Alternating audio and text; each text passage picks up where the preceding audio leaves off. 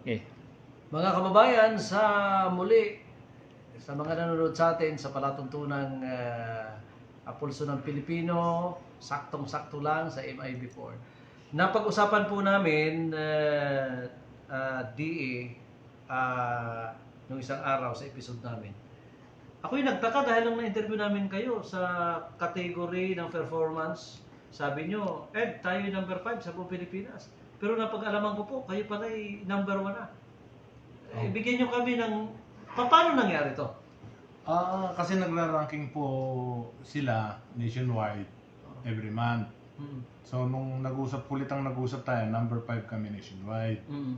Tapos the following month,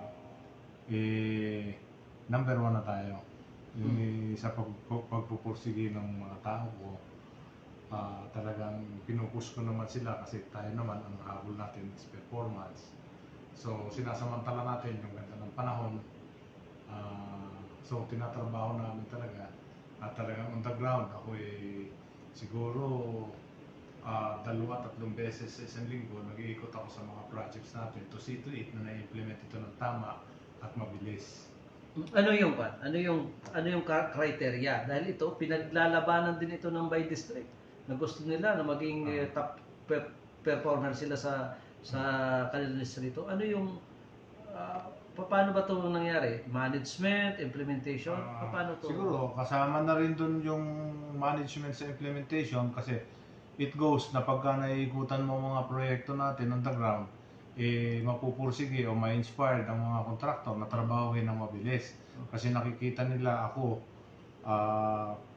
mismo ang napupunta sa mga project at from there ay naikukorek ko whatever ang dapat i-correct o naituturo, nakakapag-suggest tayo kung paano mapapabilis sa tamang paraan ang ating mga proyekto.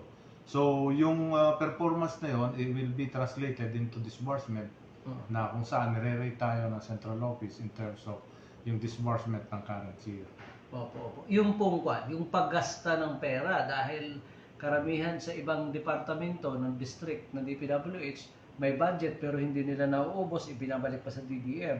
So kayo ho, paano po ninyo hinahandle itong mga ganitong uri ho ng budget? So, ang ano natin dyan, yung mga project na i-download sa atin ay see to it na lahat ito ay nai-implement at nasusubaybayan natin ang paggasta nito sa pamamagitan ng pagpupunta sa field ng ating mga, hindi lang ng ating mga project engineer, kahit ako napupunta ako sa field para ma-check at makita kung talagang nagpa-progress yung mga proyekto natin.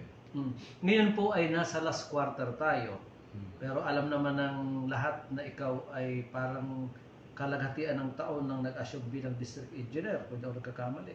Ito pong budget ng 2023 is mailalagay natin sa, may obligate, magagastos at hindi tayo magbabalik ng pera sa departamento. Hindi na po. Sa ngayon in terms of percentage, nasa 97% na kami ng absorptive capacity, meaning na obligate na natin karamihan ito. Yung remaining 2% or less than 3% na sinasabi ko from 97, ayun na lang yung mga pansweldo ng tao na obligate na yon. At itong buwan ito ng September, nasa 90.2% na kami. I was rated 74 pa lang yan as of July. As of August, nasa 80% kami. As of September, 90%. Wow. Ibig sabihin, yung increment na ini-aim ko ay nakukuha namin at least 10% every month ng accomplishment. At saka yan naman ang gusto ng Congressman Arnan, dahil naglalagak siyang ng pundo taon-taon, gusto niya talaga mailagay sa tama sa implementation ng Department of Public Works and Highways. Opo, yun nga po ang sinisikap natin dito sa departamentong ito. Kasi kung mapapansin nyo, kahit sa mga budget hearing sa Congress at saka sa Senate, ang kino-question nila ay yung mga project na hindi na-implement. Parang nasasayang yung pondo na nilalagak sa mga distrito kung hindi ito na-implement. So I see to it na kahit itong 2024, ngayon pa lang ay tinitingnan na natin kung alin yung talagang doable at yun ay yung mga project na hindi may implement. Sir, kumusta natin yung mga asphalting approach sa may Sa may Nauhan, papuntang Victoria, ano na po ba ang status ito? Nauhan hanggang Victoria. Lahat po yun kung hindi ako nagkakamali, halos malaki na konti yung natapos doon. At patuloy pa rin po tayo sa paglikap ng mga pondo para mapapatuloy lahat. Kung maaari nga, asfaltuhan natin ang buong distrito ng Oriental Mindoro. First District. Sa madaling salita, hindi nakakahiya sa mamamayan na ngayong 2024 budget na inilagak ng congressman sa First District is talagang mapapatupad ng ayos sa inyong pamumuno. Yan po isisikapin natin na ma-implement lahat at sa lalong madaling panahon ay maikasatuparan ang minimiti ng ating mahal na congressman na mapaganda ang First District ng Oriental Mindoro. Sir, yung pinag-uusapan po natin, bahagi lang yan ng implementation ng project. Pero alam naman ng lahat na taon-taon, pagdating ng Vermont, ang Mindoro, itong between Nauhan to Calapan is binabaha. Kayo, nakikita namin na mayroon kayong mga plano dito. Ginagawa niyo yung mga pagre-rescue, pag-alalay sa mamamayan. Kayo po ba may balak na itong ganitong uri ho ng serbisyo publiko ng Department of Public Works and Highways is ma-maintain na o mapaayos pa?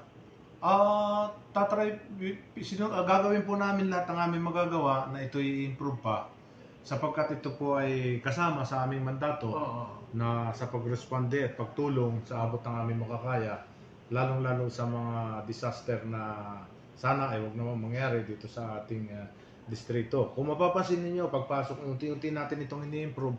Kung mapapansin niyo pagpasok niyo dito sa opisina natin, diyan sa may gate may nakaturo na going dun sa action center natin. Meron akong dinesignate na isang lugar kung saan during calamities ay dun 24/7 ang mga tao natin nare-responde pag may mga nangangailangan. Halimbawa po, meron kaming hindi na monitor na baha sa ganitong tulay at yung ibang tao na gustong pumunta o gustong tumawag, meron po tayong 24/7 na bukas na action center kung saan ay pwede nilang ibato o itawag yung mga concern nila at agad-agad ay may tao kami na re-responde para dyan. Nabuo ko na po yung task force namin kung saan naka-allocate na sa bawat, lalo na yung mga flood-prone areas, may mga naka-allocate na akong tao at mga equipment para to.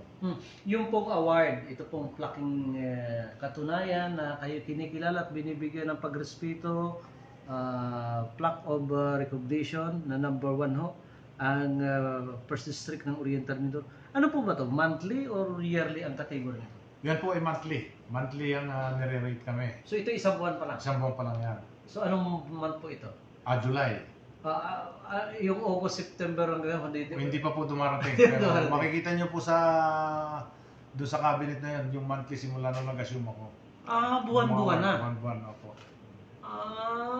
Okay. So magandang yan. Magandang halimbawa pangitain sa Department of Public Works and Highways na may katulad kayo na maganda ang pagpapatakbo ng distrito. Opo. Yan naman po pwede kong sabihin na yan sensitibo lamang sa akin na sa performance ko, pero yan ang ginagamit kong tool upang maliwanagan at mas lalo pang pagbutihin ng ating mga tauhan ang pagsiservisyo publiko. Para po sa akin, hindi naman yan, secondary lang yung mga award. Ang importante sa akin ay yung papaano ako makapagsilbi dito sa distrito ng Mindoro Oriental District Engineering Office. Balikan natin yung distrito pinanggalingan mo before Calapan.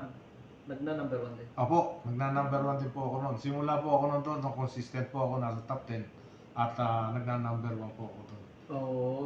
Swerte ng mga taga-Oriental Mindoro. Apo, kasi actually po, hindi modesty aside, set up ko na po yung sistema kung paano gagawin, kung paano makakatulong sa ating mga taong bayan at paano mamomotivate ang ating mga tauhan na magtrabaho nang hindi naman kinakalangan 8 to 12, 1 to 5.